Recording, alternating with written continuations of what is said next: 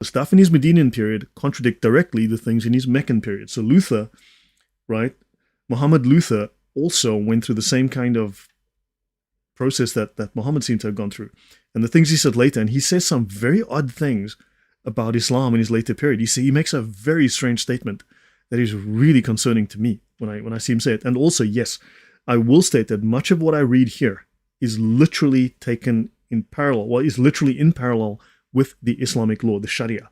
So there are statements of Luther's where he talks about lying and he talks about other things that are literally in the Sharia. He's quoting effectively Islamic law, right? So Melanchthon had written concerning King Henry VIII's question about the permissibility of divorcing Catherine of Aragon to marry Anne Boleyn.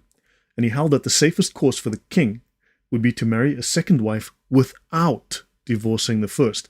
In other words, Melanchthon, okay, Luther's best bud, was promoting polygamy. It should also be noted that there's the story that Luther nailed the 95 Theses to the church door at Wittenberg. And this story apparently is apocryphal. Apparently this story only arose 30 years after Luther's death, right? And it was spread by Melanchthon, his best buddy here, okay, Luther's bum chum, right? So that apparently is a propaganda story started 30 years after Luther's death that he... Why was I placed on timeout? I have no idea. I think there's a problem with YouTube. I don't think you were placed on timeout. Hillslide, if it's not a deal, then it's anathema. Yeah, it's not. So that was in the Old Testament beginnings of civilization, Nicodemus. Yes, and Christ explicitly states that to commit adultery in your mind is already committing that sin. Yes. So let me see. No example of that in the New Testament, is there? No, there's nothing like that in the New Testament that I am aware of.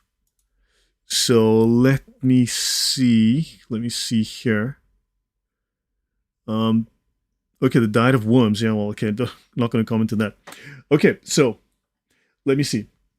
Luther's further comments about polygamy remain hidden from English speakers, but apparently they are planning an additional 20 volumes that are projected for this new series of Luther's works, and this should supply some of the omitted works. So what's in German and hidden will hopefully be translated into English and be made more readily available. Okay. The scandal of Philip Hesse's polygamous marriage to Margaret van der Sale was the greatest stain on the history of the Reformation. So Philip of Hesse was I believe, a German prince. He was married to a woman, but he married another. Luther conducted the wedding. Okay. And of course, this came out. He was discovered, and this caused great embarrassment. And Luther told him, well, look, to prevent the scandal from coming out, you need to lie. Philip of Hesse told him, I am not going to lie, right? I'm not going to lie. And Luther said, well, look, you do what you like, but I'm going to lie, and I'm going to walk away from this scot-free. That's an episode in Luther's life. Sorry, Luther is, hang on, hold on. There's a reason why I said Hitler when I said Luther. Let me bring this up.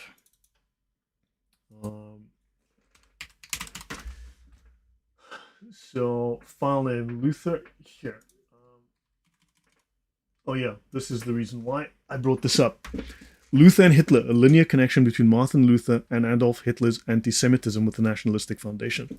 So yeah, this is why I keep thinking of Hitler and Luther together. Don't forget, Hitler's anti-Semitism was based on race, okay, not on theology.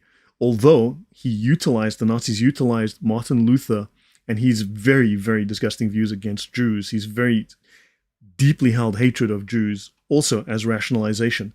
Now, Martin Luther, of course, had let's say, a theological disagreement with Jews, and the idea was that you convert the Jews to Christianity, and that's okay. The problem is now gone.